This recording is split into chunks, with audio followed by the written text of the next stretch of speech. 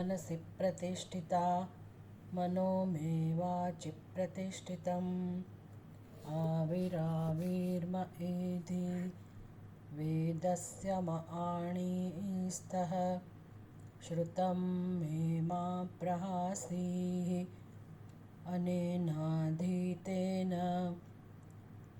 अहोरात्रान् सन्दधामि ऋतं वदिष्यामि सत्यं वदिष्यामि तन्मामवतु तद्वक्तारमवतु अवतु माम् अवतु वक्तारमवतु वक्तारम् ॐ शान्ति शान्ति शान्तिः। ॐ सदाशिवसमारम्भां शङ्कराचार्यमध्यमाम् अस्मदाचार्यपर्यन्तां वन्दे गुरुपरम्पराम्। अनुभूति प्रकाश में 8मो अध्याय कौशितकी उपनिषद।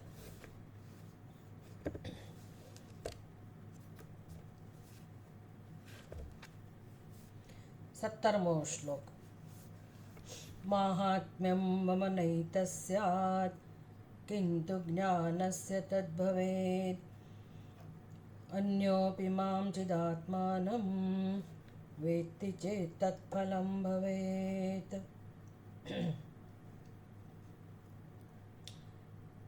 इंद्रए પ્રતર્દનને અસ્મદ મામ જાનીહી, મામ એટલે અસ્મદ, હું પ્રત્યેનો શું અર્થ થાય છે એ વસ્તુ સ્પષ્ટ કરી.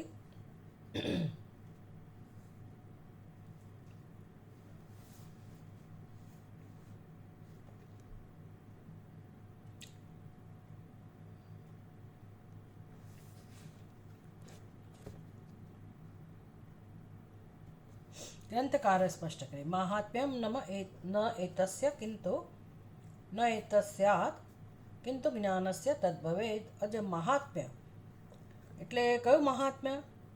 ભગવદ્ ગીતામાં ભગવાન અર્જુનને સમજાવે છે. અર્જુન હત્વાપી સૈમાન લોકાન ન હંતિ ન નિબધ્યતે,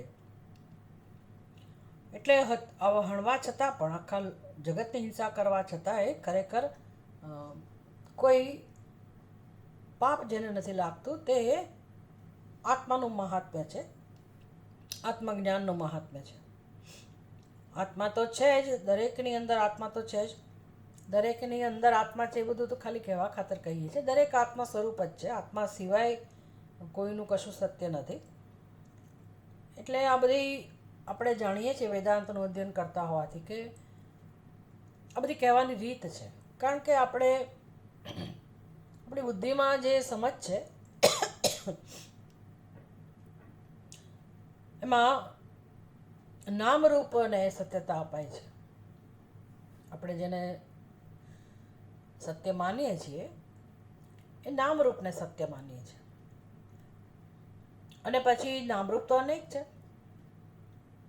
અને નામરૂપની અંદર ભેદ છે. અને પછી બધો વ્યવહાર શરૂ થાય છે. વ્યવહાર શક્ય છે નામરૂપને કારણે. પછી એ નામરૂપમાં કઈ રીતે વ્યવહારની શરૂઆત થાય છે? દ્રષ્ટા અને દ્રશ્ય. આ આપણે ચિંતન કરી શકીએ છીએ, સમજી શકીએ છીએ કે હા, વાત તો સાચી છે. આ ચિંતન કરવા માટે આપણે ઘણી બધી એક ઊંચાઈ સુધી પહોંચવું પડે. કારણ કે આપણે તો બિલકુલ એમાં ડૂબેલા છીએ, નામરૂપને સત્યતા આપીને. અને એ વ્યવહારિક સત્તાને આપણે પારમાર્થિક સત્તા સમજી રહ્યા છીએ અનાદિકાળથી. એટલે આ બધું આપણને જાણે કે કથા હોય, કલ્પના હોય એવું લાગે છે. ખરેખર તો જે સત્ય છે એ આપણા માટે કલ્પના બની ગયું છે અત્યારે, અને જે કલ્પના છે એ આપણા માટે સત્ય બની ગયું છે. એટલે આ પ્રકારનું જ્ઞાન પ્રાપ્ત કરવામાં કોને રસ પડે? બહુ જ જે વ્યક્તિ સૂક્ષ્મ બુદ્ધિની હોય અને જેને હવે જ્ઞાન માટે પ્રેમ જન્મ્યો હોય જેનામાં વૈરાગ્ય જન્મ્યો હોય પોતાની ખોટી સમજ માટે, એ વ્યક્તિને આ બધું જાણવામાં મજા પડે, રસ પડે અને એને ફળદાયી પણ બને. જો આપણે આ બધું જાણીએ, ચિંતન કરીએ, પણ પછી આપણું અજ્ઞાન જે છે એને ના સમજીએ, એટલે આપણે જે વ્યવહારિક સત્તા અને પારમાર્થિક સત્તા સમજી રહ્યા છીએ એ બધું ના સમજીએ અને એમાંથી ઉપર ના ઉઠીએ, તો આ જ્ઞાન આપણને કશું લાભ નથી આપતો. ખાલી બૌદ્ધિક સ્તરે આપણે કસરત કરતા રહીએ, એનું લાગે કે અમે શીખીએ છીએ, પણ જે આપણી વ્યવહારિક સત્તા છે, જે વ્યવહાર કરી રહ્યા છીએ, એ પારમાર્થિક સત્તા નથી. એટલે આપણું જીવન જે જીવાઈ રહ્યું છે એનો જે પાયો છે પારમાર્થિક સત્તા નથી. અને એનો પાયો શું છે? તો કે હું દ્રષ્ટા અને બાકીનું બધું દ્રશ્ય. બધા માટે આ સત્ય છે. બધાની બુદ્ધિમાં આવો જ ખ્યાલ છે. દરેક વ્યક્તિ પોતાને દ્રષ્ટા કહે છે. પશુ પક્ષી પણ ભલે એને એવી ખબર ના હોય કે હું દ્રષ્ટા છું, પણ એટલું તો એ જાણે જ છે કે આ બીજા બધા પ્રાણીઓ મારા કરતાં ભિન્ન છે. બીજા જે કંઈ છે ઉપાધિ, એ આપણને મનુષ્ય ના કહેતો હોય તો શું થઈ ગયું, પણ કંઈક છે મારા કરતાં જે ભિન્ન છે. એટલે એની જ જાતિનું અન્ય જે પશુ હોય એને પોતાના કરતાં ભિન્ન જ સમજે છે અને એનો વ્યવહાર એવી રીતનો જ છે. બ્રહ્મસૂત્રની અંદર ભાષ્યકાર કહે છે કે આ વિદ્વાનોનો વ્યવહાર પણ પશુઆદિભી અસમાન, પશુઆદિભી સમાન. એટલે વ્યવહારમાં તો બધા સમાન જ છે. વ્યવહારમાં તો આ જ રીતે થાય, દ્રષ્ટા અને દ્રશ્ય. પણ આપણે સમજની વાત કરીએ છીએ કે વ્યવહાર પૂરતી સમજ, વ્યવહાર તો જ થાય, એને વ્યવહારિક સત્તા કહેવાય. પણ આપણે એને પરમ સત્ય સમજીએ છીએ. એટલે અજ્ઞાની જે છે એના માટે એ બહુ સત્ય છે કે ભાઈ હું દ્રષ્ટા છું, પછી એ કોઈ પણ જીવ કેમ ના હોય, અને એને જગત એના કરતાં ભિન્ન જણાય. દ્રષ્ટા અને દ્રશ્ય આવી એક સમજ છે. પછી જેમ કે અત્યારે વ્યવહાર થઈ રહ્યો છે, હું બોલતી હોઉં તો હું વક્તા, પછી બોલાય છે શબ્દો, વચન, બોલવાની ક્રિયા. આમ દ્રષ્ટા, દ્રશ્ય અને દર્શન.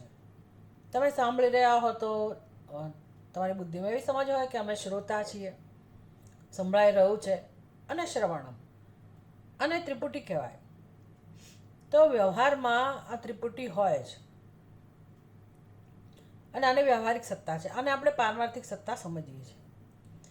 એટલે અહીંયા ઉપનિષદનું કામ છે પારમાર્થિક સત્તા સમજાવવાનો. અને પારમાર્થિક સત્તા એટલે શું? તો કે જે બોલનારો છે એનું અધિષ્ઠાન સચ્ચિદાનંદ સ્વરૂપ આત્મા છે. એટલે કે વક્તા, એનું સત્ય અસ્તિ ભાતિ પ્રિય કો, આત્મા કો. વચન જેને કહીએ છીએ એ વચનને સત્તા સ્ફૂર્તિ આપનાર પણ અસ્તિ ભાતિ પ્રિય સચ્ચિદાનંદ સ્વરૂપ આત્મા.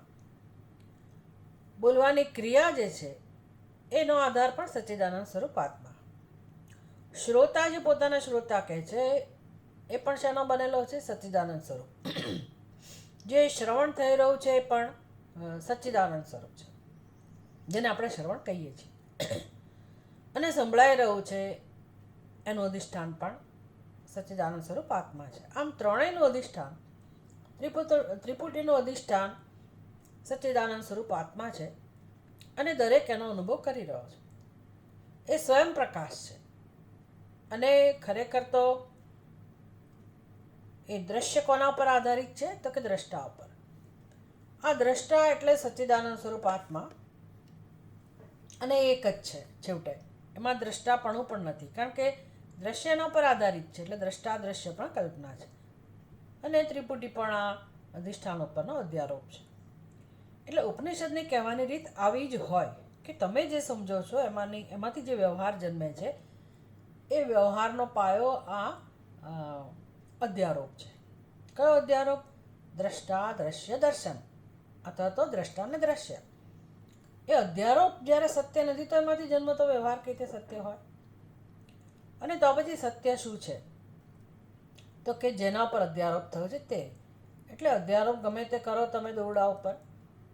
દોરડા ઉપર કોઈ ફૂલની માળાનો અધ્યારોપ કરે, દોરડાની ઉપર કોઈ પાણીની ધારાનો અધ્યારોપ કરે, દોરડા ઉપર કોઈ સર્પનો અધ્યારોપ કરે, અનેક અધ્યારોપ દોરડા ઉપર થતા હોય, અને ભલે એને એ અધ્યારોપને સત્ય માનીને લોકો એ પ્રમાણે વ્યવહાર પણ કરતા હોય, પણ એનાથી દોરડું સદા સર્વદા સર્વ સમયે સર્વ વ્યવહાર સમયે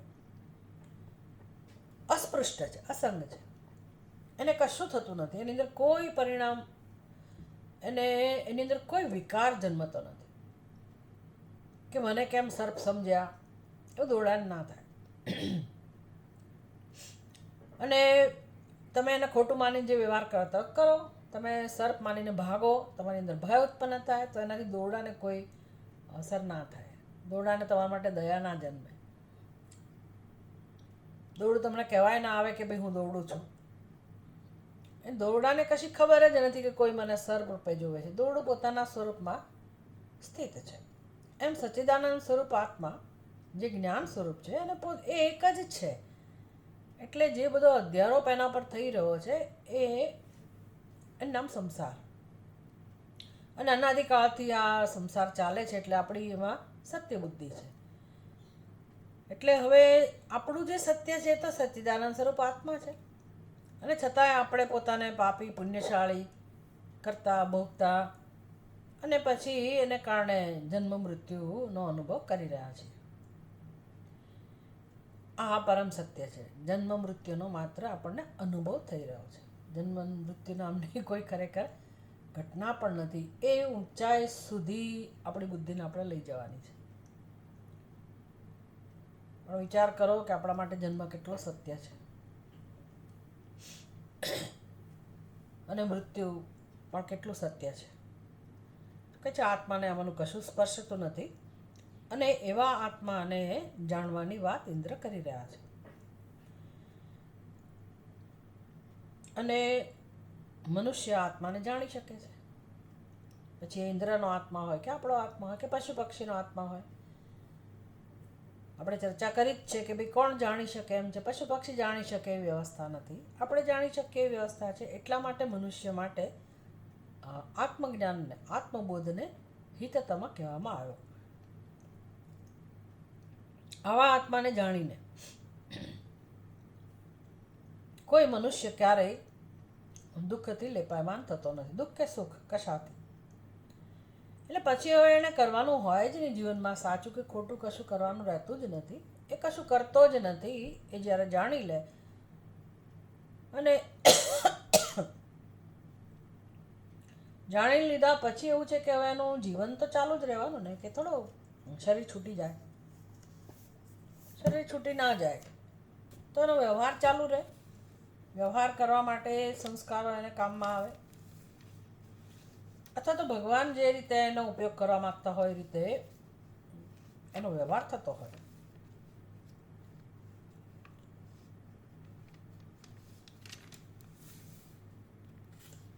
એટલે જ્ઞાન થયા પછી પણ એ તો પોતાનું જીવન તો જીવતો જ હોય. અને પછી એને તમે જીવન મુક્ત કહી શકો. એને જીવન મુક્તિનો એટલે કે આનંદનો, આત્માના સ્વરૂપનો એ ભરપૂર લાભ લઈ રહ્યો છે. એટલે આમ તો જોવા જાવ તો એ ખરેખર તો સુખી છે. બધો વ્યવહાર કરતા છતાંય એને કશું સ્પર્શતું નથી. દુઃખેશુ અનુદ્વિગ્ન મનઃ સુખેશુ વિગત સ્પૃહ વીતરાગ ભય ક્રોધ સ્થિતધીર મુનિ ઉચ્યતે. આ બધું એમાંથી જન્મેલું છે. પછી તો નવદ્વારે પુરે દેહી નૈવ કુર્વન્ન કારયન. બહુ સુંદર વર્ણન ભગવાન કરે છે કે કેવું સરસ એનું જીવન છે. નવદ્વારે પુરે દેહી. આ દેહની અંદર જે નવદ્વાર વાળું દેહ છે એમાં સુખમ આસ્તે આરામથી જીવે છે. ન કુર્વન ન કારયન. કશું કરતોય નથી ને કરાવતોય નથી. આ સત્ય છે. લોકોની દ્રષ્ટિએ તો એવું લાગે કે ઘણું કરી રહ્યો છે, સાચું કરી રહ્યો છે, ખરાબ કરી રહ્યો છે, સુખી છે, દુઃખી છે, સાજો છે, માંદો છે, બધું કારણ કે દેખાય છે તેવું જ. પણ અંદરની સમજ એની સ્પષ્ટ છે જ્ઞાનીની પોતાની. એટલે એ તો કશું કરી નથી રહ્યો. તો ઇન્દ્ર આ જ્ઞાનીની દ્રષ્ટિથી અથવા તો આત્માના સ્વરૂપની દ્રષ્ટિથી વાત કરે છે. મહાત્મ્યમ મમ ન એ તસ્યાત. આ જે મહાત્મ્ય છે કે આત્માને કશું સ્પર્શતું નથી. એટલે એણે પોતાનું વર્ણન કર્યું કે એણે કોની હત્યા એણે કરવી પડી ઇન્દ્રએ. તો વિશ્વરૂપ એનો પુરોહિત હતો દેવતાનો, એની હત્યા કરવી પડી. કેટલા બધા યતિઓ સંન્યાસીઓ જે ગેરવર્તન કરી રહ્યા હતા એની હત્યા કરવી પડી. અને છતાંય એને કહે છે કે મારો વાળ પણ વાંકો નથી થયો. તો પ્રતરદનને આવું કે હત્યા કરવાનું છે નહીં, પણ પ્રતરદનને સમજાવી રહ્યા છે કે આવું આત્માનું સ્વરૂપ છે, આવો આત્માનો મહિમા છે, તો તું પણ જાણી લે તો તું પણ મુક્ત થઈ જઈશ.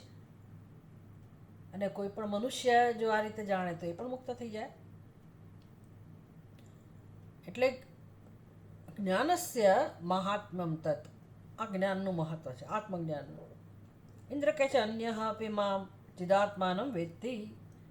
અન્ય આપી એટલે કોઈ પણ મનુષ્ય, કોઈ પણ યુગનો મનુષ્ય, કોઈ પણ સ્થળનો મનુષ્ય, કોઈ પણ કાળનો મનુષ્ય, કોઈ પણ સ્થિતિમાં રહેલો મનુષ્ય, સ્ત્રી હોય કે પુરુષ હોય, બાળક હોય કે વૃદ્ધ હોય, ગમે તે કન્ડિશન એની હોય, મનુષ્ય હોવો જોઈએ. અન્ય આપી મામ ચિદાત્માનમ વેત્તિ, મારા આત્મ સ્વરૂપને જાણે તો તત્ફલમ લભેત, એને પણ એ ફળ મળે છે. કયું ફળ મળે છે? એને પણ કશું સ્પર્શતું નથી. એના મોક્ષ, આનું નામ જ મોક્ષ.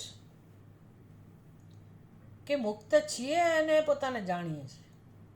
મુક્તિ મેળવી નથી રહ્યા આપણે, મોક્ષ તરફ જઈ નથી રહ્યા, એ બધું કહેવાની રીત છે. જેટલું જાણીએ એટલો મને, જ્યારે હું જાણું એટલો મને લાભ મળે, એવું છે.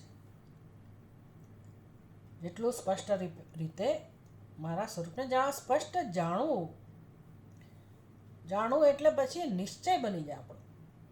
અત્યારે આપણે જાણી તો રહ્યા છીએ કેટલા વર્ષોથી, પણ આપણો નિશ્ચય નથી બનતો ને.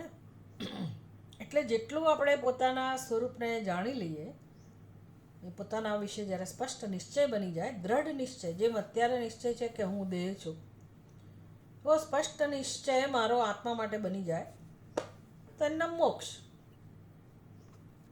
એટલે શું? આત્મા મુક્ત જ છે, મારે મુક્ત બનવાનું નથી. બસ એ જાણવા માટે મારી બુદ્ધિને મારે પ્રેમથી તૈયાર કરવાની છે, મારા વ્યક્તિત્વને તૈયાર કરવાનું છે, મારા સ્વભાવને તૈયાર કરવાનો છે. એટલે આપણા સ્વભાવમાં જે કંઈ દોષ છે તો બધા આગંતુક છે, અજ્ઞાનને કારણે જીવન જીવવાથી આવેલા છે. એટલે આપણે નિર્દોષ છીએ, દોષ મુક્ત છીએ, સદા પવિત્ર છીએ, સદા મુક્ત છીએ, અજન્મા છીએ, અકર્તા છીએ. એવો જ્યારે નિશ્ચય બુદ્ધિમાં જન્મે એના મુક્તિ. એટલે મુક્ત છીએ અને મારે મુક્ત બનવાનું છે. હવે આગળ કહે છે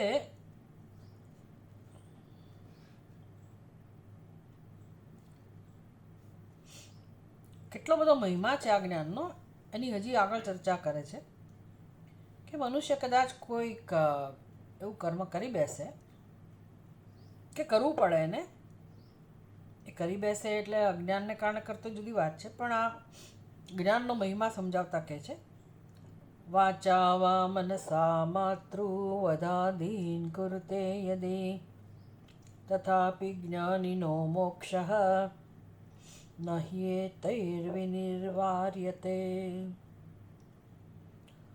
વાચા વા મનસા માતૃવધાધીન કુરુતે યદિ તથાપિ જ્ઞાનિનઃ મોક્ષઃ ન એતૈઃ વિનિર્વાર્યતે.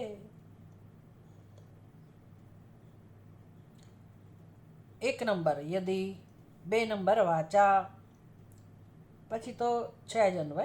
યદિ વાચા વા મનસા માતૃવધાધીન કુરુતે તથાપિ જ્ઞાનિનઃ મોક્ષઃ એતૈઃ ન હિ નિવાર્યતે. જ્ઞાનિનઃ મોક્ષ, અજ્ઞાનીની વાત નથી, આ જ્ઞાનીની વાત છે.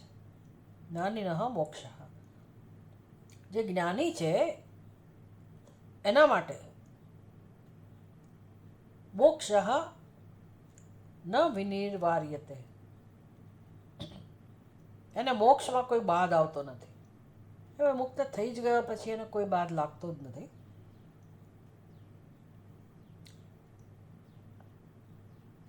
યદિ જો એણે વાચા વા મનસા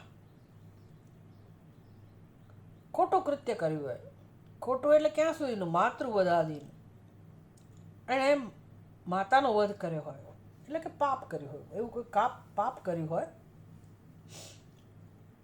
વાણીથી પણ પાપ થતા હોય ને, મનથી, વાણીથી. એવું કોઈ કરે નહીં જ્ઞાની કોઈ દિવસ, પણ મનથી કે વાણીથી કદાચ એનાથી એવું કોઈ થયું હોય કાર્ય, ખોટું કાર્ય થયું હોય.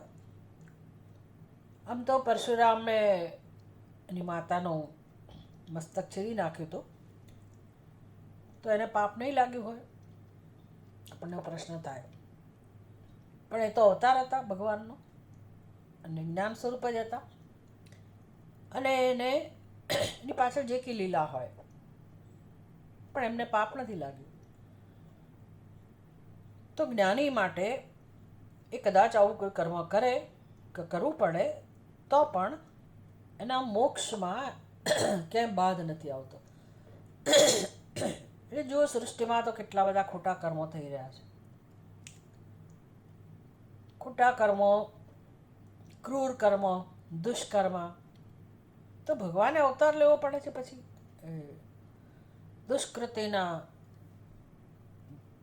દુષ્કૃત્ય કરનારા લોકો જ્યારે વધી જાય ત્યારે ભગવાને અવતાર લેવો પડે એમની હત્યા કરવા માટે. પરિત્રાણાય સાધુનામ વિનાશાય છે દુષ્કૃતામ. તો એ દુષ્કૃત્યનો નાશ કરવા માટે ભગવાન અવતાર લે છે. તો ભાઈ કોઈને પાપ લાગતું જ ના હોય તો ભગવાને શું કામ અવતાર લેવો પડે? એ દુષ્કૃતિ છે, એ લોકો તો અજ્ઞાની છે, અને જ્યારે એનું જોર વધી જાય પૃથ્વી પર અને ભક્ત લોકોને ત્રાસ સહન કરવો પડે ત્યારે ભગવાને પછી શસ્ત્ર હાથમાં લેવા પડે. કારણ કે ભગવાન પોતે જ જ્ઞાન સ્વરૂપ છે અને એના કર્મોથી એ લેપાયમાન તો થતા જ નથી. પણ પેલા દુષ્કૃતિઓ છે ને, એ તો અજ્ઞાની લોકો છે, એટલે એમણે પછી એના કર્મનું ફળ ભોગવવું પડે છે. એમ સૃષ્ટિમાં દરેક વ્યક્તિ જે અજ્ઞાની છે, એટલે બધા જ આપણે બધા જ. તો અજ્ઞાની મનુષ્ય જે કંઈ ખોટું કર્મ કરતો હોય કે સારું કર્મ કરતો હોય એનું ફળ એને મળે. એનું કારણ એક જ છે કે પોતે પોતાના સ્વરૂપને જાણતો નથી અને અધ્યારોપ કરીને પછી હું કરતા છું એવો અધ્યારોપ છે જ એની બુદ્ધિમાં જન્મોથી, અને એ અધ્યારોપ એના કર્મની પ્રેરણા છે. ના જે સંસ્કારો છે આ પ્રકારે અહમ અને મમ અથવા કર્તા અને ભોગતા, એ જે અધ્યારોપ છે એ એના દરેક કર્મ માટે પ્રેરણારૂપ છે. એમાંથી જ કર્મ જન્મે છે અને માટે એને પછી કર્મનું ફળ ભોગવવું પડે છે.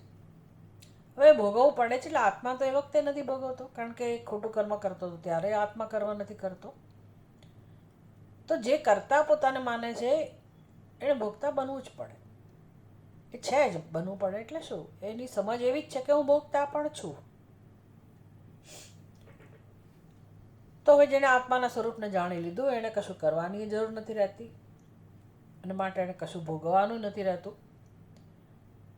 આમ હંમેશ માટે એ મુક્ત થઈ ગયો.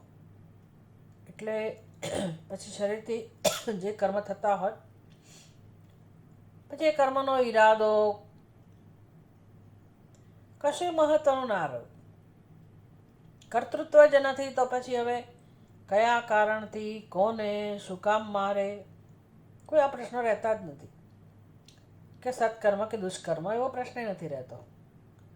એટલે પાપ પુણ્ય નામની વસ્તુ પણ જતી રહી, સત્કર્મ દુષ્કર્મ નામની વસ્તુ પણ જતી રહી, કારણ કે કર્તૃત્વ જ જતું રહ્યું.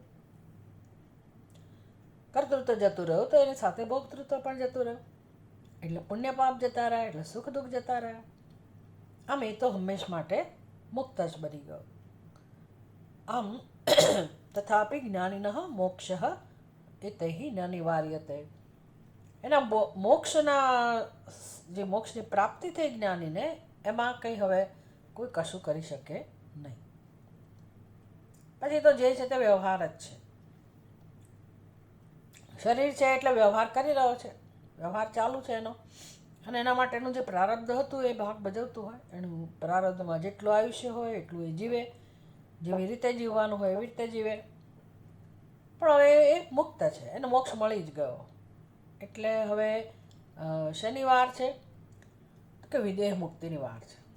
સદેવ મુક્તિ પ્રાપ્ત થઈ ગઈ અને પેલો મોક્ષ છે એનો રિઝર્વ પણ થઈ ગયો. એ તો એને મળવાનું જ, એટલે ફરી એને જન્મવાનું રહેતું જ નથી. આ એનું ફળ છે.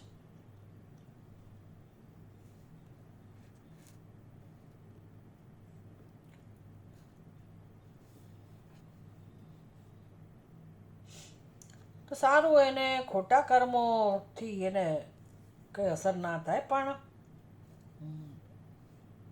મુક્ત થઈ ગયો તો પછી હવે સુખે ના જ રહ્યો ને, એવો પ્રશ્ન થાય. અહમ ભોગતા, કાં તો હું પાપ કર્મને ભોગવતી હો અને મારી સમજ હોય કે હું દુઃખી છું, અથવા તો હું પુણ્ય કર્મ ભોગવતી હો અને મારી સમજ હોય કે હું સુખી છું. તો હવે જે મુક્ત જ થઈ ગયો એ તો સુખ દુઃખથી પર થઈ ગયો ને, તો હવે તો આનંદનો અનુભવ ના જ થાય ને. તો એ વિષયમાં વાત કરે છે. પાપમ કૃતવતોપ્યસ્ય મુખે હર્ષક્ષયો ન ભવેત ન મુક્તિર્નશ્યતીત્યેવં શાસ્ત્રૈરસ્યં વિનિશ્ચયાત. પાપમ કૃતવતઃ અપી અસ્ય મુખે હર્ષક્ષયઃ ન ભવેત ન મુક્તિઃ નશ્યતિ ઇતિ એવં શાસ્ત્રૈઃ અસ્ય વિનિશ્ચયાત. બીજી પંક્તિમાંથી અન્વય શરૂ થશે. 1 નંબર બીજી પંક્તિમાં છે. એવં મુક્તિઃ ન નશ્યતિ ઇતિ અસ્ય શાસ્ત્રૈઃ વિનિશ્ચયાત. પાપમ કૃતવતઃ અપી અસ્ય મુખે હર્ષક્ષયઃ ન ભવેત.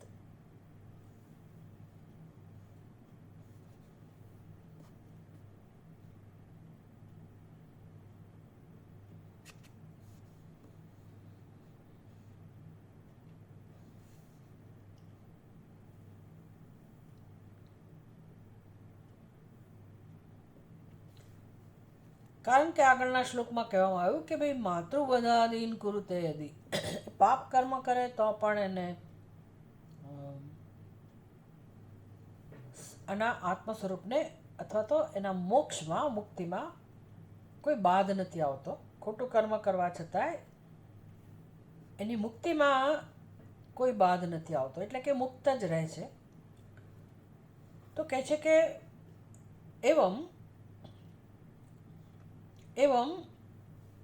મુક્તિ ન નશ્યતિ, એ આ પ્રકારે એની મુક્તિમાં કોઈ બાધ નથી આવતો. એટલે હવે ફરી પાછો એ બંધાયો, આત્મજ્ઞાન થવાથી મુક્ત થઈ ગયો હતો, પછી આ ખોટું કર્મ કર્યું એટલે વળી પાછું એણે કર્મ ભોગવવું પડે. તો એનો અર્થ કે મુક્તિ એની નકામી ગઈ, મોક્ષ નકામું ગયો. તો આવું તો થતું નથી, એ તો મુક્ત જ રહે છે. તેવમ મુક્તિ ન નશ્યતિ, આ પ્રકારે મુક્તિમાં કોઈ પરિવર્તન નથી આવતું, મુક્ત જ રહે છે, મોક્ષનો જતો નથી રહેતો. આમ જ્યારે શાસ્ત્ર વડે સિદ્ધ થઈ જાય છે આ વસ્તુ, તો પછી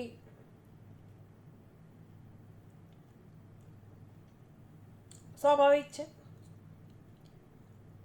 એના મુક્તિનો જે આનંદ છે એ પણ જતો તો ના જ રહે.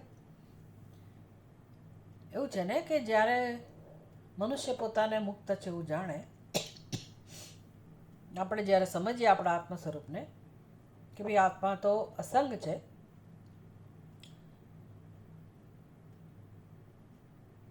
આપણા અંતઃકરણમાં પાર વગરનો ક્લેશ હોય, આપણે એવા કર્મો કર્યા હોય કે ના કર્યા હોય, કરી રહ્યા હોઈએ કે ના કરી રહ્યા હોય વર્તમાનમાં, આપણે ભગવાનની ભક્તિમાં નિષ્ઠ હોઈએ, ચિંતન મનનમાં નિષ્ઠ હોઈએ, ધ્યાનમાં નિષ્ઠ હોઈએ, પણ કંઈક ને કંઈક એવા પ્રારબ્ધ કર્મો આવે, આપણને અસ્વસ્થ બનાવે, બીમારી આવે, ચિંતા આવે, કશુંક આવે આ બધું, તો આપણે આપણી સાધનામાં રત હોઈએ, પ્રયત્નશીલ હોઈએ, પણ આ બધી વસ્તુઓને કારણે વ્યથિત થઈ જતા હોઈએ, દુઃખી થઈ જતા હોઈએ. જ્યારે દુઃખી થઈએ છીએ ત્યારે આપણી જ સાધના, આપણું ચિંતન મનન આપણને ઉપયોગી થાય. જો આપણે સારી રીતે આ બધું શીખતા હોઈએ તો આપણી બુદ્ધિ આપણને તરત સમજાવે દુઃખનું કારણ, ચિંતાનું કારણ. એટલે આત્મનાત્માની પ્રક્રિયા ચાલતી હોય, ચિંતન મનન થતું હોય, સત્ય મિથ્યા એનું ચિંતન થતું હોય. અને આ તો ત્યારે થતું હોય જ્યારે આપણે નિયમિત શ્રવણ કરી રહ્યા હોય, અધ્યયન કરી રહ્યા હોય ત્યારે, નહીતર ના થાય.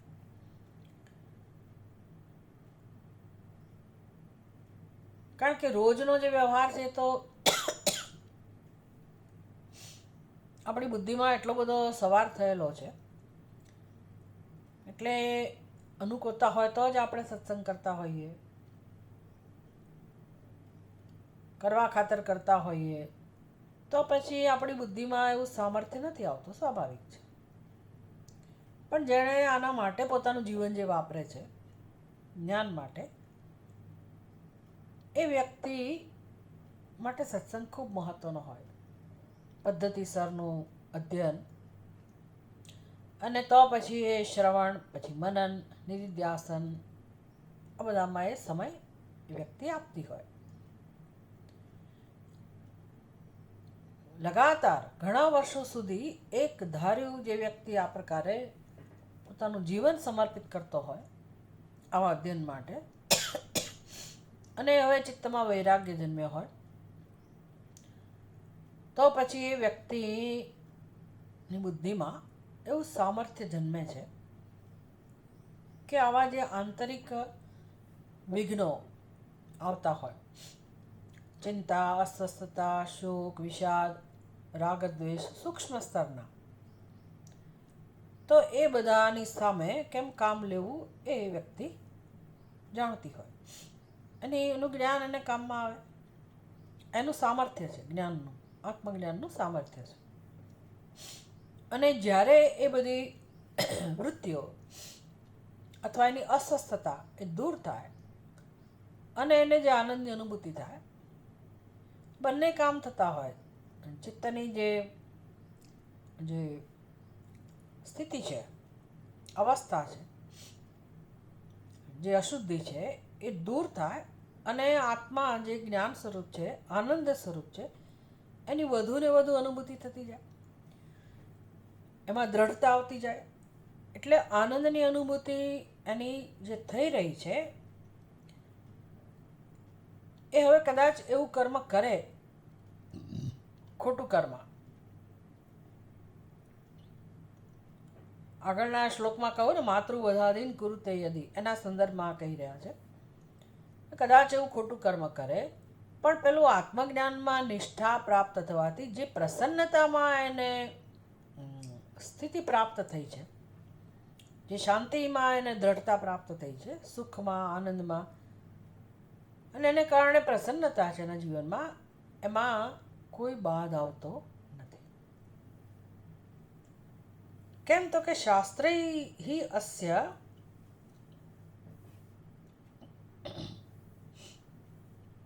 આ નિશ્ચય થઈ ગયો, શાસ્ત્ર દ્વારા આ વસ્તુ નક્કી થઈ ગઈ કે ભાઈ જે પોતાના મુક્ત સ્વરૂપ આત્મામાં નિષ્ઠ છે.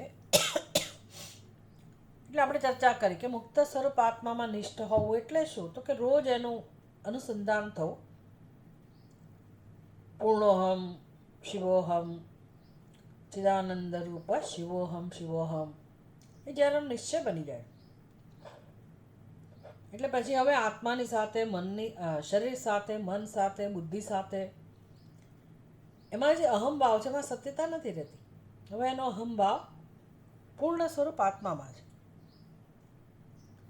એટલે એ દ્રઢતા પ્રાપ્ત કરી હોવાને કારણે, આનંદ સ્વરૂપ હું છું એ નિશ્ચય હોવાને કારણે, અને કર્મથી એમાં કોઈ પ્રકારનો લેપ નહીં થતો હોવાને કારણે એની જે પ્રસન્નતા છે એ જતી નથી રહેતી. મુખે હર્ષક્ષય ન ભવેત.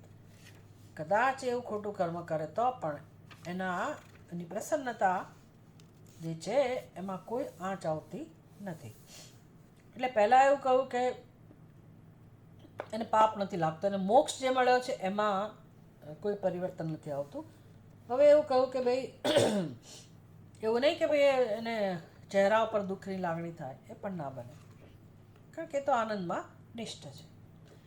એટલે એવું નહીં સમજવાનું કે એને શાસ્ત્ર છૂટ આપે છે ફાવે તેવા કર્મો કરવાની, ગમે તેવો વ્યવહાર કરવાની. ખરેખર તો કર્તૃત્વ જ નથી એટલે એવું કરે જ નહીં. પણ જેમ ભગવાન અર્જુનનો ઉપયોગ કરવા માગતા હતા અને અર્જુનને કહે છે કે અર્જુન તું યુદ્ધ ધારો કે એમ કે હું નહીં કરું તો યુદ્ધ તો થવાનું જ છે. એટલે ભગવાનની યોજના છે. ભગવાન કહે છે કે હું તારો ઉપયોગ કરી રહ્યો છું અને તું એ સમજ. નિમિત્ત માત્રમ ભવ સવ્ય સાચિન. તો નિમિત્ત બન, નિમિત્ત છો જેવું જાણ. અર્જુનને ભગવાન આવું સમજાવે છે, કારણ કે એનું કર્તવ્ય કર્મ હતું. હવે આપણે જે ખોટા કર્મ કરીએ છીએ આપણે પોતે કરીએ છીએ. આપણું કર્તવ્ય છે એટલે નથી કરતા. માણસ ખોટું કર્મ કરતો હોય તો એક તો કર્તૃત્વ અહમ કરતા એ અજ્ઞાન તો હોય ને હોય જ. ખોટું માણસ શું કામ કરે? કંઈક એને લાભ મળતો હોય, લાભ મેળવવા માટે. લાભ મેળવવો એનું નામ જ કામ, લોભ અને સ્વાર્થ. લાભ મેળવો એટલે સ્વાર્થ. એટલે મને લાભ મળતો હોય પછી બીજાનું જે થવું એ થાય. મને કે જેને હું મારા કહું છું એને લાભ મળે એ હેતુથી જ્યારે હું કર્મ કરું તો એ સ્વાર્થ થયો. હવે જો સહજ રીતે એમાં કોઈનું ભલું થતું તો ઠીક છે, પણ મારી દ્રષ્ટિ એવી હોય કે આમાં આટલા લોકોને લાભ મળવો જોઈએ, મને મળવો જોઈએ, તો બીજાને આપણે એનાથી વંચિત રાખીએ, આવી જો ભાવના હોય તો જ માણસ ખોટું કરે, ખોટું કરવા પ્રેરાય.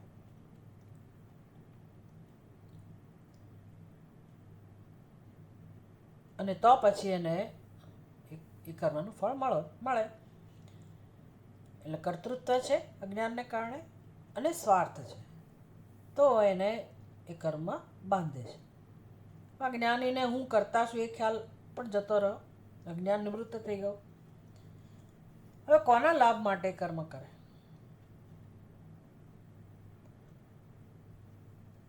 ન કરોતી ન કારયતી. કરતોય નથી ને કોઈની પાસે કરાવડાવતોય નથી. કર્તૃત્વ પણ નથી, કારયતૃત્વ પણ નથી.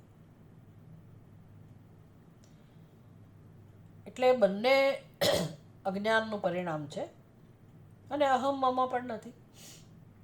તો હવે એને ખોટું કરવાની જરૂર જ ના પડે. આમ કર્તૃત્વ નથી એટલે કર્મ કરી પણ નથી રહ્યો અને ખોટું કર્મ પણ નથી કરી રહ્યો. આ તો આત્મજ્ઞાનનું મહિમા, આત્માનો મહિમા સમજાવવા માટે આ વર્ણન કરવામાં આવ્યું. એનો અર્થ એવો નહીં કે શાસ્ત્ર દરેકને છૂટ આપે છે.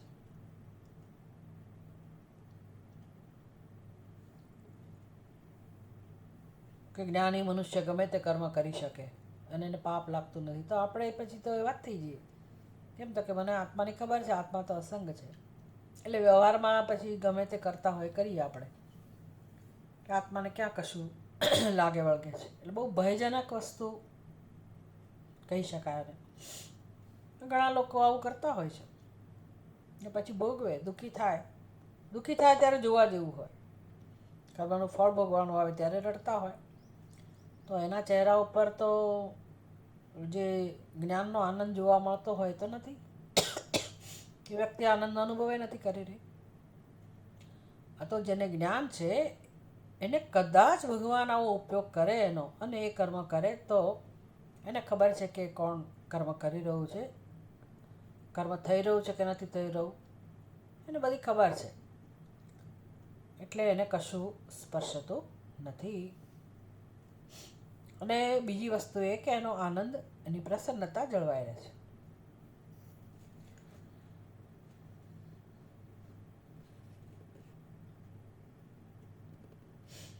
હવે પ્રશ્ન થાય કે ભાઈ જે અજ્ઞાની છે એનો આત્મા પણ આવો જ છે ને, નિસ્પૃહી, અસંગ.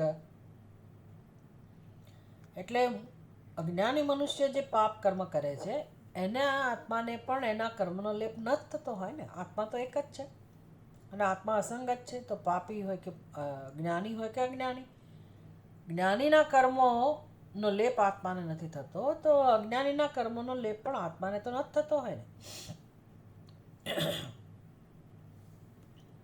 તો થયું જ ને. તો પછી જ્ઞાની અને અજ્ઞાની શેનાથી કહેવાય? જ્ઞાની ને અજ્ઞાનીમાં ભેદ શું રહ્યો? જ્ઞાનીનો ખરેખર તો વ્યવહાર અને અજ્ઞાનીનો વ્યવહાર એ જ સમજવું જોઈએ આપણે. અથવા તો તમે એકને જ્ઞાની કહો છો અને બીજાને અજ્ઞાની કહો છો, બંનેના કર્મ ધારો કે સરખા હોય.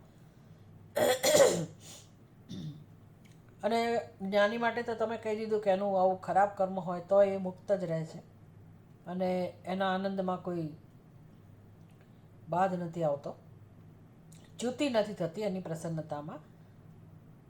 અને તો પછી એનો અર્થ શું થયો? જ્ઞાની અને અજ્ઞાની બંનેના કર્મ સરખા છે. અજ્ઞાની પણ એવું ખોટું કર્મ કરે છે, તો આત્મા તો આવો જ છે અસંગ. તો અજ્ઞાની ખોટું કર્મ કરે તો એના આત્માને કોઈ અસર નથી થતો. એની પ્રસન્નતા, આત્માનું જે આનંદ સ્વરૂપ છે એમાંય કોઈ વિકાર નથી જન્મતો અને જ્ઞાનીના આત્માના સ્વરૂપમાં કોઈ વિકાર નથી જન્મતો. તો ફેર શું છે? નનુ મૂઢસ્યાપી નાસ્તિ, નનુ મૂઢસ્યાપી નાસ્તિ ચિન્માત્રે પાપલેપનમ તતઃ કોતિશયસ્તત્વવિદઃ સ્યાદિતિ ચેચ્છૃણુ. નનુ મૂઢસ્યાપી નાસ્તિ ચિન્માત્રે પાપલેપનમ તતઃ કોતિશયસ્તત્વવિદઃ સ્યાદિતિ ચેચ્છૃણુ. નનુ મૂઢસ્ય અપી ન અસ્તિ ચિન્માત્રે પાપલેપનમ તતઃ કઃ અતિશયઃ તત્વવિદઃ સ્યાદ ઇતિ ચેત શૃણુ. અન્વય કરીએ તો નનુ મૂઢસ્ય અપી ચિન્માત્રે પાપલેપનમ નાસ્તિ તતઃ તત્વવિદઃ કઃ અતિશયઃ સ્યાદ ઇતિ ચેત શૃણુ. શંકા છે. નનુ આવે એટલે સમજવાનું કે પ્રશ્ન અથવા તો આક્ષેપ અથવા પૂર્વ પક્ષ અથવા શંકા. તો શંકા જન્મે કે ભાઈ મૂઢસ્ય અપી ચિન્માત્રે પાપલેપનમ નાસ્તિ. ચિન્માત્રે, ચિન્માત્રે એટલે શું? ચૈતન્યમાં, જેનું સ્વરૂપ છે માત્ર ચૈતન્ય એવા. તો દરેકનું સત્ય ચૈતન્ય જ છે ને. આત્મા જે ચૈતન્ય સ્વરૂપ છે એમાં ક્યારેય પાપનો લેપ છે જ નહીં. પાપનો લેપ નથી એટલે પુણ્યનો લેપ નથી, આવી જ ગયો. પણ ચિન્હ માત્રે ચૈતન્ય સ્વરૂપમાં, જ્ઞાન સ્વરૂપમાં ક્યારેય પાપનો સ્પર્શ છે જ નહીં. તો પછી એ ચૈતન્ય સ્વરૂપ આત્મા જ્ઞાનીનો હોય કે અજ્ઞાનીનો હોય, આત્મામાં પાપનો લેશ છે જ નહીં, પાપનો લેપ છે જ નહીં. તો પછી કહ અતિશય, તો શું ભેદ છે? મૂઢસ્ય તત્વવિદઃ કહ અતિશય, અજ્ઞાની હોય કે જ્ઞાની હોય, એ બંનેમાં શું ભેદ છે? જો આવો પ્રશ્ન હોય ઇતિ ચેત શૃણુ, તો તમે સાંભળો.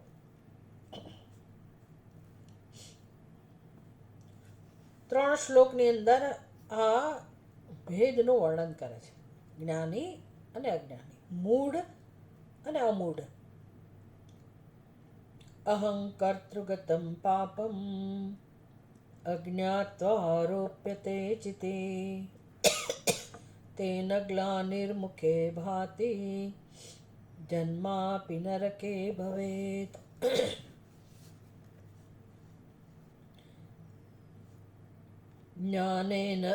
જ્ઞાનેન કર્મણસ્તસ્ય બીજભાવો વિનશ્યતે જન્મ પ્રરોહો નૈવાસ્તિ ઇત્યેવં નિશ્ચિત્ય રુષ્યતે.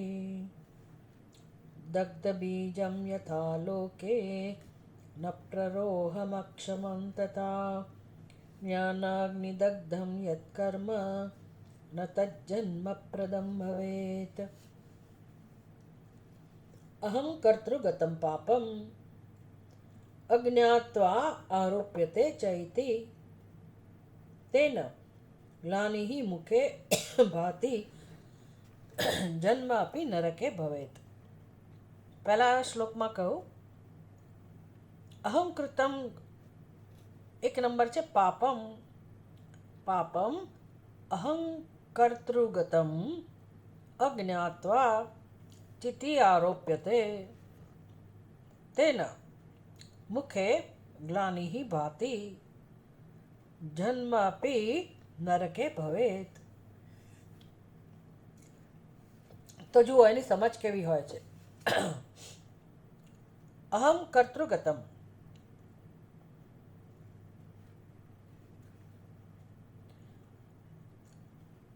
પાપમ અહં કર્તૃગતમ ચિતે અહમ પાપમ અહમ કર્તૃગતમ અજ્ઞાત્વા ચિત્તે આરોપ્યતે. બહુ સરસ રીતે સમજાવે છે કે જુઓ અજ્ઞાન કોને કહેવાય. એટલે કર્મ ક્યારે બાંધે છે, આખું ભગવદ્ ગીતાનો જે ઉપદેશ છે એ આ જ છે કે મનુષ્યને કર્મ કઈ રીતે બાંધે છે. એટલે જે ક્રિયા થઈ રહી છે, જેને આપણે વ્યવહાર કહીએ છીએ, જે કર્મ કહીએ છીએ,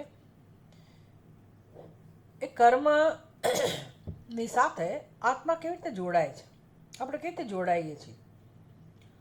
તો પહેલાં તો કહું કે ભાઈ આત્માને કંઈ લેવા દેવા જ નથી કર્મ સાથે. આત્મા માત્ર ચૈતન્ય સ્વરૂપનો જ બનેલો છે. હવે એ ચૈતન્ય સ્વરૂપ આત્મામાં જ્યારે અહમ કરતા એવો અધ્યારોપ છે ત્યારે એ જે વ્યક્તિ કર્મ કરી રહી છે, એટલે હવે આપણને ઉપાધિ પ્રાપ્ત થઈ જ છે. કર્મ તો જ હોય જ્યાં ઉપાધિ હોય ત્યાં. એકલા આત્માના સ્વરૂપમાં તો કર્મ નામની વસ્તુ કોઈ આવતી નથી. એટલે કર્મ તો કોને માટે, કર્મની વાત કોને ધ્યાનમાં રાખીને હોય, જ્યાં ઉપાધિ છે ત્યાં. આત્માના દ્રષ્ટિબિંદુથી કોઈ કર્મય નથી. એટલે કર્મની સાથે કે પ્રવૃત્તિ સાથે આત્માને કોઈ સંબંધ જ નથી ને, લેવા દેવા જ નથી. કારણ કે એ તો જ્ઞાન સ્વરૂપ છે. જેમ આપણે સમજ્યા ને કે ભાઈ દોરડું જે છે એ દોરડાને સર્પની સાથે, ફૂલની માળા સાથે, ભૂછિદ્ર સાથે, લાકડી સાથે, પાણીની ધારા સાથે કોઈ લેવા દેવા નથી. પછી તમે એમ કહો કે ભાઈ સર્પ ઝેરી છે, તો દોરડાને શું સંબંધ છે? ફૂલની માળા કેટલી સુંદર છે, સુગંધી છે, તો દોરડાને શું સંબંધ છે? એટલે કોઈક ફૂલની માળા સમજીને લેવા જાય છે, તો એમાં દોરડાને શું સંબંધ છે, લેવા દેવા છે? કોઈ એને ઝેરી સર્પ સમજીને કોઈ એનાથી ભયથી ભાગે છે, તો એમાં દોરડાને શું સંબંધ છે? તો માની લો કે ત્યાં અનેક વ્યવહાર થઈ રહ્યા હોય, દોરડાને કોઈ લેવા દેવા જ નથી ને. દોરડું અસંગ છે. દોરડું અસંગ છે એટલે સમજવાનું. દોરડું અસંગ છે એટલે એનો અર્થ શું થયો? ત્યાં બીજું કશું છે જ નહીં દોરડા સિવાય. આ બહુ જ મહત્વની સમજ છે. દોરડા સિવાય ત્યાં કોઈ વસ્તુ જ નથી. એકમ એવા દ્વિતીયમ. અને તો પછી ફૂલની માળાને શું કહેવું, સર્પને શું કહેવું, ભૂછિદ્રને શું કહેવું, દંડને શું કહેવું, પાણીની ધારાને શું કહેવાય. પેલા બધી વસ્તુ આપણે દ્રષ્ટાંતમાં સ્પષ્ટ હોય ને તો પછી આપણા જીવનમાં આપણે એને ઉતારી શકીએ, દ્રષ્ટાંતમાં ઉતારી શકીએ કે આપણે જીવનમાં શું સમજવાનું છે રોજ રોજ. તો કે આમાંની એક પણ વસ્તુ દોરડાને કોઈ રીતે સ્પર્શતી નથી. કેમ નથી સ્પર્શતી એ સમજવાનું છે. કારણ કે ત્યાં સર્વ અવસ્થામાં, સર્વ વ્યવહારમાં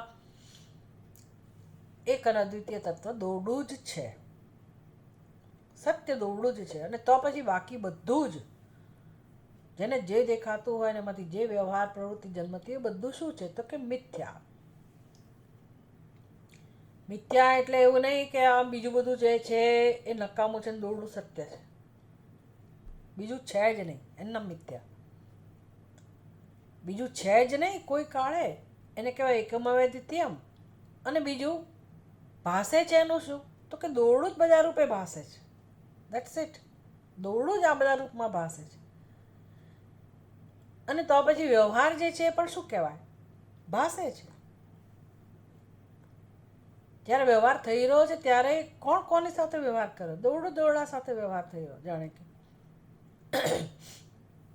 એટલે વ્યવહાર પણ મિથ્યા છે. અને સર્વ અવસ્થામાં એક તત્વ સિદ્ધ થાય છે, જે સચ્ચિદાનંદ સ્વરૂપ આત્મા. હવે સત્ય આ જ હોય, સચ્ચિદાનંદ સ્વરૂપ આત્મા એક જ સત્ય હોય, તો પછી આ મનુષ્ય કોણ, દ્રષ્ટા કોણ, એ સચ્ચિદાનંદ સ્વરૂપ આત્મા. એટલે કે એ રૂપે ભાસે છે. દ્રશ્ય કોણ, જગત કોણ, એ જ સચ્ચિદાનંદ સ્વરૂપ આત્મા જગત રૂપે ભાસે છે. દ્રષ્ટા, દ્રશ્ય. અને તો પછી આ પ્રવૃત્તિ એટલે શું, કર્મો એટલે શું, એ જ ભાસે છે. સચ્ચિદાનંદ સ્વરૂપ આત્મા જ ભાસે છે. બધો અધ્યારોપ કોના પર થયો છે, સચ્ચિદાનંદ સ્વરૂપ આત્મા ઉપર. એટલે જ્યારે જીવ છે, જગત છે, દ્રષ્ટા છે, દ્રશ્ય છે, દર્શન છે, આવી ત્રિપુટી છે, વ્યવહાર છે, કર્મો છે, પાપ છે, પુણ્ય છે, સુખ છે, દુઃખ છે, જન્મ છે, મૃત્યુ છે, આવું જે જગતનો આપણો અનુભવ છે એ ખરેખર શું વસ્તુ છે તો કે મિથ્યા છે. અને સચ્ચિદાનંદ સ્વરૂપ આત્મા એકમાત્ર સત્ય છે. જેણે જાણી લીધું, અને સચ્ચિદાનંદ સ્વરૂપ આત્મા એટલે કોણ, કોણ ખરેખર તો કે જે વિચારી રહ્યો છે એનું જ સ્વરૂપ હોય ને, બીજું કોણ હોય. અને જેમ જેમ પોતાના સ્વરૂપને જાણે તેને બધા રહસ્ય સમજાતા જાય કે ભાઈ ખરેખર કોઈ કરતા છે જ નહીં. આ કર્તૃત્વ, જ્યાં જ્યાં કર્તૃત્વ છે એ એકમાત્ર સચ્ચિદાનંદ સ્વરૂપ આત્મા ઉપર થયેલો અધ્યારોપ છે. અને એમાંથી આ દ્રષ્ટા, દ્રશ્ય, દર્શન, ત્રિપુટી અને બધો વ્યવહાર, બધી પ્રવૃત્તિ એમાંથી થાય છે. એનું નામ બ્રહ્મ સત્ય, જગત મિથ્યા. એટલે જ્યારે વ્યવહાર થઈ રહ્યો છે, જ્યારે જગત છે, ત્યારે પણ એ શું છે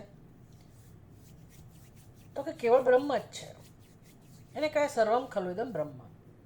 એટલે અહીંયા બહુ સમજવાનું છે કે વ્યવહાર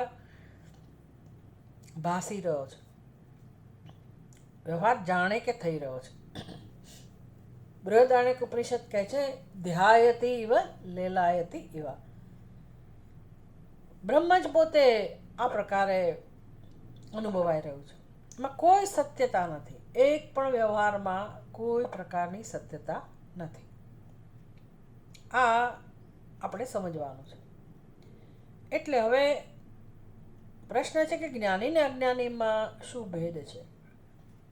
તો કે જ્યારે વ્યવહાર થઈ રહ્યો છે, સાચો કે ખોટો, અહીંયા પાપ કર્મની વાત છે, તો આ ખોટું કર્મ જે થઈ રહ્યું છે, પાપ કર્મ, એમાં અહમ કર્તૃગતમ પાપમ,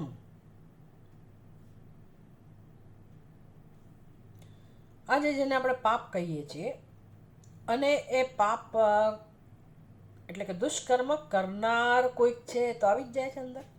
કોણે કર્યું એટલે કરતા. દુષ્કર્મ કરનાર એવી એક સમજ આવી જ જાય છે. તો એ દુષ્કર્મ કરનાર એને કહેવાય કરતા. એટલે દુષ્કર્મ કરનાર જે છે એને આત્માને શું સંબંધ છે?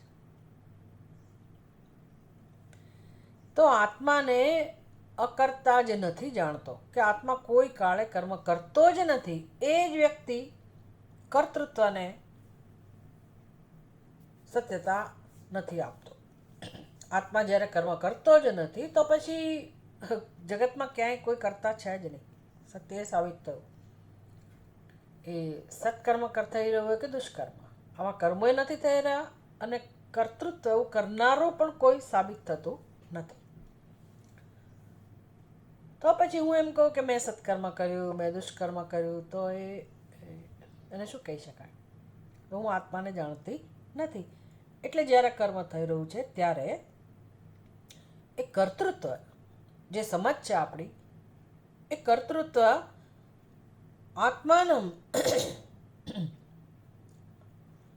અજ્ઞાત્વા ક્યાં થઈ રહ્યું છે નહીં જાણીને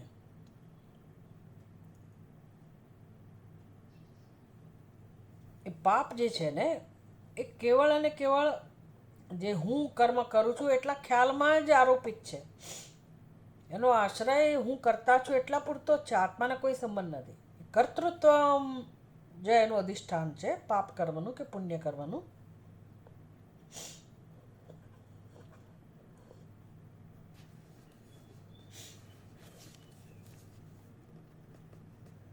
અને આવું નહીં જાણીને હું અધ્યારોપ કરું છું પોતાના આત્મા સ્વરૂપ પર.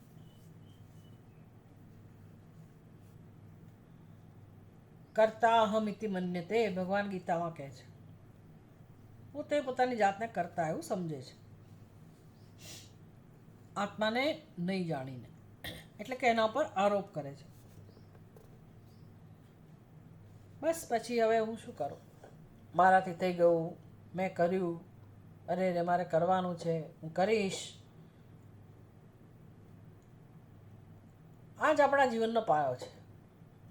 મારે આજે શું કરવાનું છે, આખી જિંદગી શું કર્યું, આટલું કર્યું, બધો હિસાબ કિતાબ છે ને અંદર.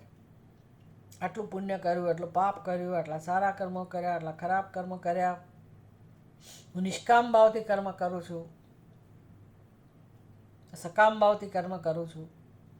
એટલે આપણે આપણી જાતને હંમેશા દરેક કર્મની સાથે સાંકળીએ છીએ.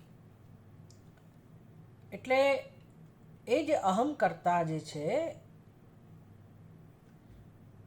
કર્તૃત્વનો જે ખ્યાલ છે, એનો આરોપ આપણે કોના પર કરીએ છીએ? આત્મા ઉપર. નહીં જાણીને. આત્માને જાણતા નથી કે આત્મા કોણ છે. અહમ કર્તૃગતમ પાપમ અજ્ઞાત્વા.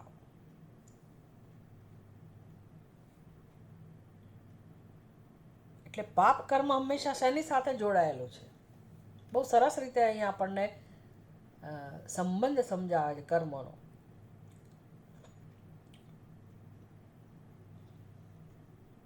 પાપમ કે પુણ્યમ બંને સમજી લેવાનું. પાપ કર્મ હોય કે પુણ્ય કર્મ હોય, એ બંનેથી નજીકની વસ્તુ કઈ છે? સારું કર્મ કે ખરાબ કર્મ, પાપ કર્મ કે પુણ્ય કર્મ, કોની સાથે જોડાયેલું છે? તો કે કર્તા સાથે. કયા કર્તા સાથે? બુદ્ધિમાં જે સમજ છે અહમ કરતા. આમ હું કરતા છું એ ખ્યાલ હોય પછી જ સારું કે ખરાબ કર્મ હું કરી શકું. સુષુપ્તિમાં મારા વિશેનો કોઈ ખ્યાલ જ નથી, કરતા કે ભોગતા કશું. તો ત્યાં કોઈ કર્મ નથી, સાચું કર્મ ખોટું કર્મ કશું નથી. સ્વપ્નમાં છે પાછું હું કરતા એવો ખ્યાલ છે, એટલે ત્યાં બધા કર્મો છે અને બધા કર્મના ફળના ભોગ પણ છે. જાગ્રત અવસ્થામાં આપણી સમજ છે કે હું કરતા. બસ આ કરતા હું છું એ ખ્યાલ ના હોય તો પછી પાપ કે પુણ્ય કરનાર હું છું એવો ખ્યાલ ના જન્મે. એટલે પાપ પુણ્યનું અધિષ્ઠાન કોણ છે? કર્તૃત્વ. એ સમજાયું. હવે એ કર્તૃત્વ ઉપર જ આશ્રિત છે. કર્તૃત્વ એટલે અહમ કરતા, મારી સમજ, અહમ કરતા. એ જે કર્તૃત્વ છે એના ઉપર જ જીવનના બધા કર્મોનો આધાર રહેલો છે. કર્તૃત્વ ના હોય તો કોઈ કર્મ ના થાય. હવે એ કર્તૃગતમ જ છે ખાલી આ પાપ કે પુણ્ય, કર્તા સાથે જ સંબંધિત છે, કર્તૃત્વ સાથે જ સંબંધિત છે. એને હું કોના ઉપર જોડું છું? અહમ ઉપર. એટલે બધાનો આરોપ કોના પર કર્યો? ચૈતન્ય સ્વરૂપ આત્મા ઉપર. તો કર્મ તો બધા કર્તૃત્વ પર આશ્રિત છે, એનો આરોપ એ ચૈતન્ય સ્વરૂપ આત્મા ઉપર કરે છે. બસ તો પછી હવે હું કરતા અને હું સત્કર્મ કરનાર, તો પછી હું સુખી, મને સંતોષ થાય, ઓહો કેવું સરસ કર્મ કર્યું. અને ખોટું કર્મ કર્યું હોય તો હું પાપ કર્મ કરનાર, અરે રે મેં આ ખોટું કર્યું. તો સ્વાભાવિક છે એનો પ્રભાવ ચહેરા ઉપર આવવાનો જ છે. એટલે આ સંસાર આ રીતે ચાલી રહ્યો છે. પછી કોઈ માણસ જાડી ચામડીનો થઈ જાય અને આંખ આડા કાન કરે કે ના ના હું તો જે કરું બરાબર જ છું, તો એ ખોટું કરવા છતાં એના ચહેરા પર ગ્લાનિ ના જોવા મળે, તેનો અર્થ એવો નહીં કે એ મુક્ત છે, જ્ઞાની છે. હવે એને સ્પર્શતું નથી. એણે પોતાની બુદ્ધિ એવી બનાવી દીધી છે કે મૂઢતા.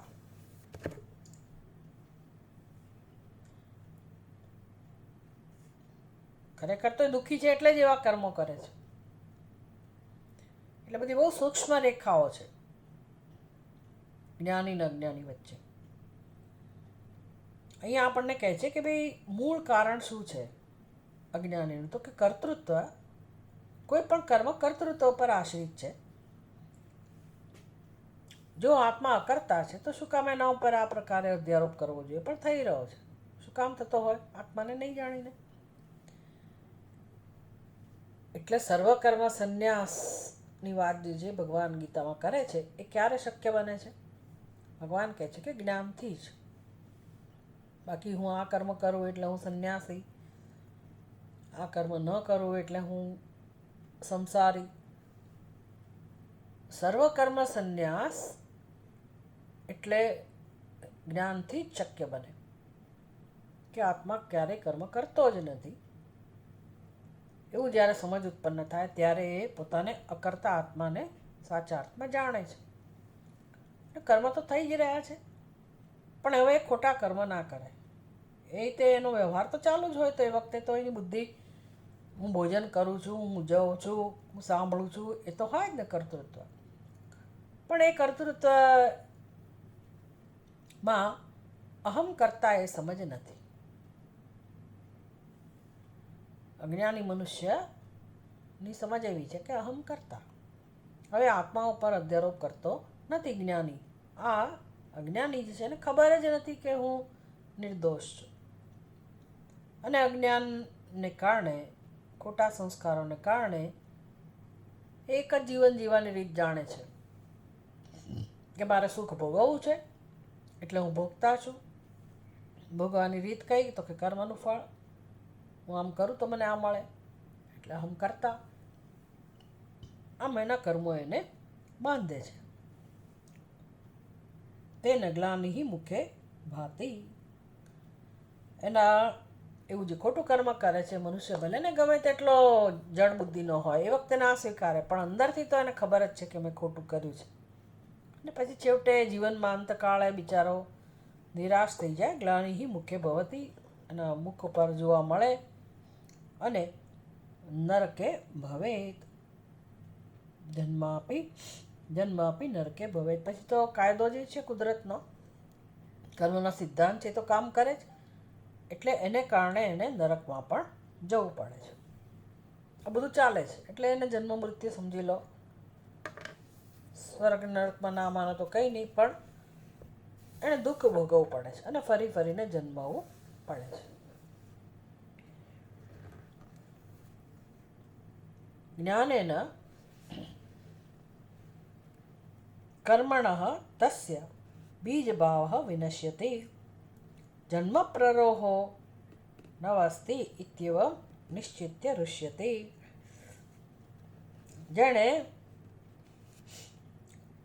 જેના કર્મનો બીજ ભાવ નાશ પામે છે. જ્ઞાનેન તસ્ય કર્મણઃ બીજ ભાવ જ્ઞાનેન વિનશ્યતિ. જ્ઞાની જે છે ને એનું તો જે આ કર્તૃત્વ, જેને બીજ કહેવાય કર્મનું, એ બીજને જેને બાળી નાખ્યું, બીજનો જ નાશ થઈ ગયો. માટે બીજનો નાશ થઈ ગયો તો અંકુર ક્યાંથી હોય? એટલે એને જીવનમાં ફરી પછી એને બીજો જન્મ લેવાનો રહેતો નથી. જન્મ પ્રરોહ નૈવસ્તિ એવમ ઇત્યેવમ નિશ્ચિત્ય ઋષ્યતિ. એટલે એને ખબર છે કે મારે ફરી બીજો જન્મ તો લેવાનો જ નથી, મળે એમ જ નથી, શક્ય જ નથી ને. જ્ઞાનનો આ મહિમા છે. એટલે હવે એવું કંઈક ખોટું કર્મનો પ્રશ્ન રહેતો જ નથી એના જીવનમાં. પણ નાના મોટા જે કંઈ કર્મ થતા હોય કર્મનું ફળ ભોગવવાનો હવે એને પ્રશ્ન રહેતો નથી. કારણ કે કર્મનું ફળ એટલે જન્મ. જન્મનું કારણ શું છે? કર્તૃત્વ. કર્તૃત્વનો નાશ થઈ ગયો એટલે કર્મનો નાશ થઈ ગયો. કર્મનું બીજ કર્તૃત્વ, એનો જ નાશ થઈ ગયો. કર્તૃત્વનો નાશ શેનાથી થાય એ યાદ રાખવાનું છે. કર્તૃત્વનો નાશ કર્મથી ના થાય, કર્તૃત્વનો નાશ જ્ઞાનથી જ થાય. કારણ કે કર્તૃત્વ અજ્ઞાનમાંથી જન્મેલું છે. આજે સમજે છે પોતાનું જીવન જ્ઞાન માટે વાપરે છે અને ધીરે ધીરે કર્મનું બીજ છે એનો નાશ કરી રહ્યો છે એ વ્યક્તિ. એટલે ખરેખર મોક્ષ મુક્ત આત્માને જાણવા માટે પ્રયાસ કરી રહ્યો છે. દગ્ધ બીજમ યા લોકે ન પ્રરોક્ષમ તથા જ્ઞાનાગ્નિદગ્ધમ યત કર્મ ન તજ્જન્મ પ્રદમ ભવેત. તથા આ જ પ્રકારે યથા લોકે દગ્ધ બીજમ પ્રરોહક્ષમમ ન. જેવી રીતે આપણે જગતમાં જોઈએ છીએ, જીવનમાં જોઈએ છીએ કે જે બીજને શેકી નાખ્યું હોય એ ફરી જન્મતું નથી, આખી દુનિયા જાણે છે. તથા એ જ પ્રકારે યત કર્મ જ્ઞાનાગ્નિદગ્ધમ, જેના કર્મો જ્ઞાન અગ્નિમાં બળીને ભસ્મ થઈ ગયા. વિચાર કરો કે કેવી તાકાત છે જ્ઞાનની અંદર. આપણા અનેક કર્મો, અનેક સંચિત કર્મો બધું બળીને ભસ્મ થઈ જાય. શેનાથી? જ્ઞાનાગ્નિથી. જ્ઞાનાગ્નિ ભસ્મસાત સર્વાણી કર્માની. બધા જ કર્મો ભસ્મીભૂત થતા હોય તો શેમાં? કેવળ જ્ઞાનાગ્નિમાં. કેમ? તો કે એનું જે બીજ કર્તૃત્વ છે ને એ જ બળી ગયું. જ્ઞાનાગ્નિ દગ્ધમ, જેના કર્મો જ્ઞાનાગ્નિમાં બળીને ભસ્મ થઈ ગયા. ન તજ્જન્મ પ્રદમ ભવેત. હવે એના ગમે તેવા કર્મો કેમ ના હોય, પૂર્વના કે આ જન્મના, જ્ઞાન પછી પણ જે કંઈ થયા હોય તે કોઈ કર્મ એને હવે સ્પર્શી શકે નહીં. ક્લિયર? એટલે ગુરુનો મહિમા છે. આત્મજ્ઞાન પ્રદાનેન અનેક જન્મ સંપ્રાપ્ત કર્મ બંધ વિદાહીને. કર્મના બંધને જેમણે બાળી નાખ્યો આત્મજ્ઞાનથી. આત્મજ્ઞાનનો મહિમા. પણ આત્મજ્ઞાન આપ્યું કોણે? ગુરુએ. તસ્મૈ શ્રી ગુરવે નમઃ. ઓમ પૂર્ણમદ પૂર્ણમિદમ પૂર્ણાત પૂર્ણમુદચ્યતે પૂર્ણસ્ય પૂર્ણમાદાય પૂર્ણમેવાવશિષ્યતે. ઓમ શાંતિ શાંતિ શાંતિ. હરિ ઓમ. શ્રી ગુરુભ્યો નમઃ. હરિ ઓમ.